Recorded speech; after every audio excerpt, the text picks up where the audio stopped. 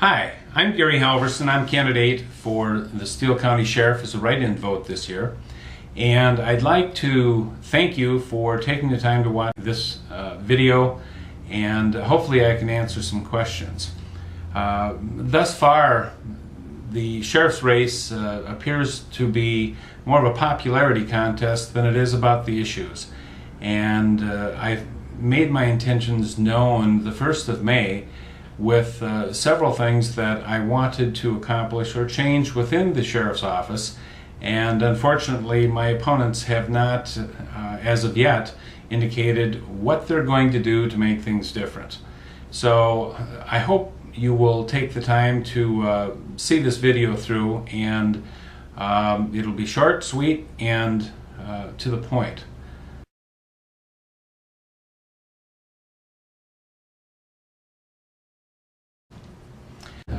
Folks, I'm the only candidate who is well-rounded in life experience, who has a law enforcement degree, and has 2.5 decades of business management. And when you think about it, what is a sheriff? A sheriff is a manager. He's a leader, he's a mentor, and he's the go-to guy and the person that will lead this sheriff's office during some very economically challenged times. I've always said that I can pinch a penny as far as anybody, and particularly in tough times. And it's with this life experience, the management of 2.5 decades, building 47 offices in my past, that will enable me to be a great leader. And I don't say that lightly, but and I don't mean to be cocky as well, but I truly believe that I am the candidate for the next 4 years, and your write-in vote is going to be a appreciated vote. It's going to be a vote that I think the county needs. Now, with my life experience and the law enforcement experience, as well as business management, if we take a look at my opponents, all they have done is law enforcement. They know nothing about the business world. They have not been in the business world. They have not been self-employed. Now, that's not throwing stones at them. They've been in law enforcement, and they have not truly experienced what it's like to be self-employed in a recession, and how hard it is for the people of Steele County to get through this thing. We're sitting at about 9.5% unemployment right now, and a number of people are underemployed, and we're also looking at people who are scared to death that they might be the next one who is unemployed. And so budgets are tight for everybody, and I intend to keep our budget under control as much as humanly possible without sacrificing the safety of the citizens of Steele County, or sacrificing the safety of my deputies or correctional staff for that regard. So when you vote for Gary Halverson, it's going to be someone who is well experienced in troubled times.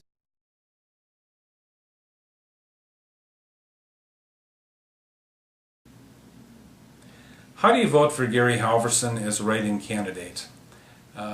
Ladies and gentlemen, it's very simple. We've prepared a sample that we think is self-explanatory.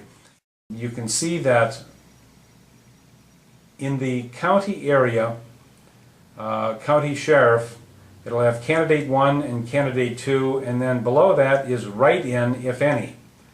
And we've shown where you write Gary Halverson in for the write-in candidate.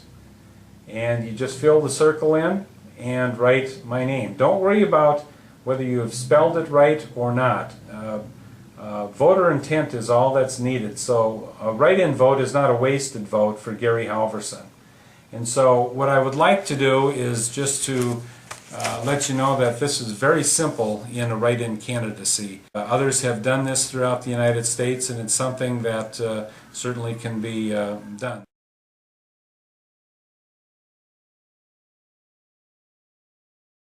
Let's think back last April when the former sheriff, who was elected in 2006, retired.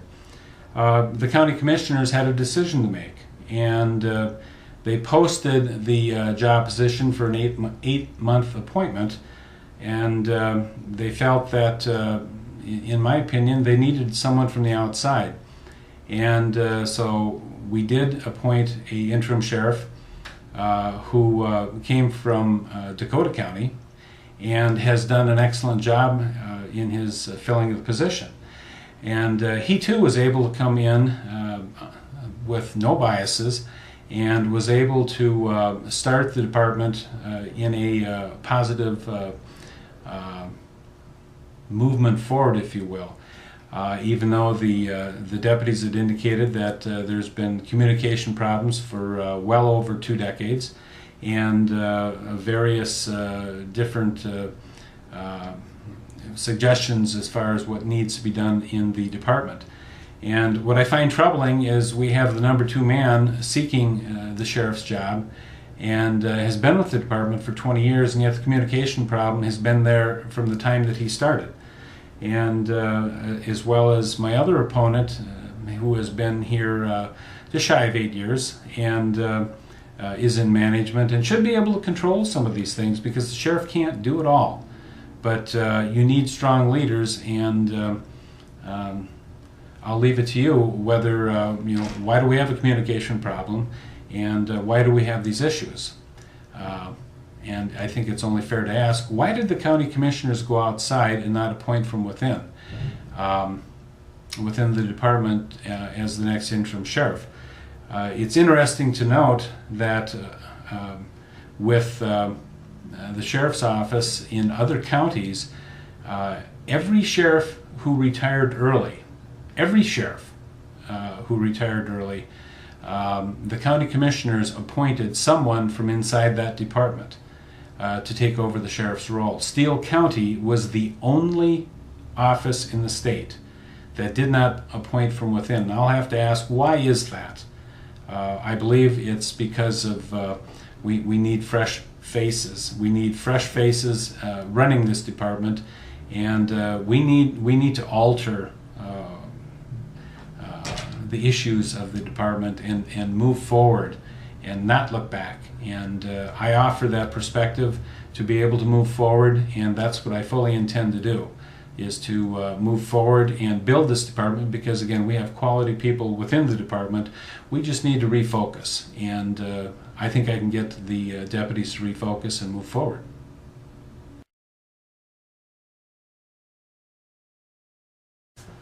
One of the things that I wanted to mention as far as an issue that I have is at the detention center.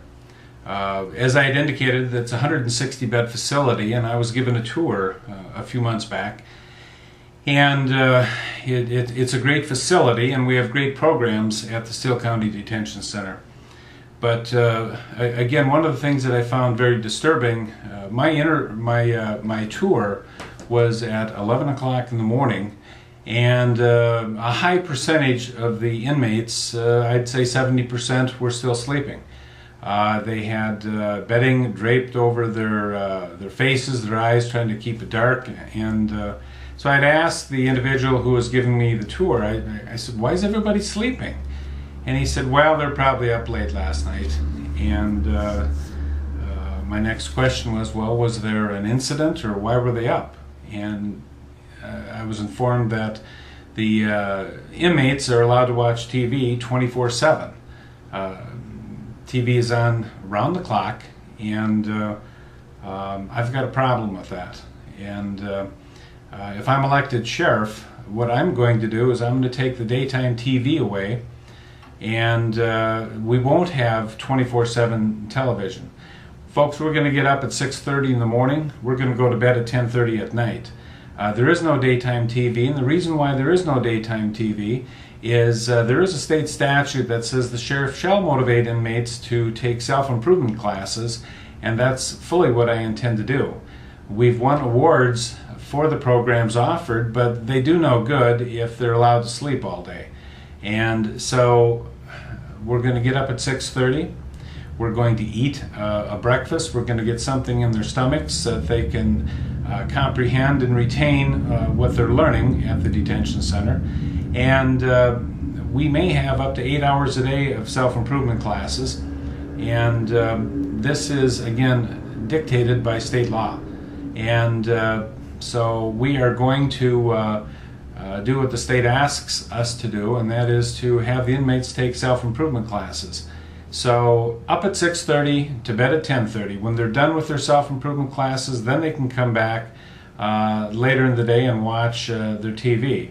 I'll let them sleep in if they want during the weekend. Not a lot we can do about that because self-improvement classes normally aren't offered on the weekend. But we are going to still serve breakfast at 6:30 in the morning, and we will always have lights out at 10:30 at night, just like the rest of America does.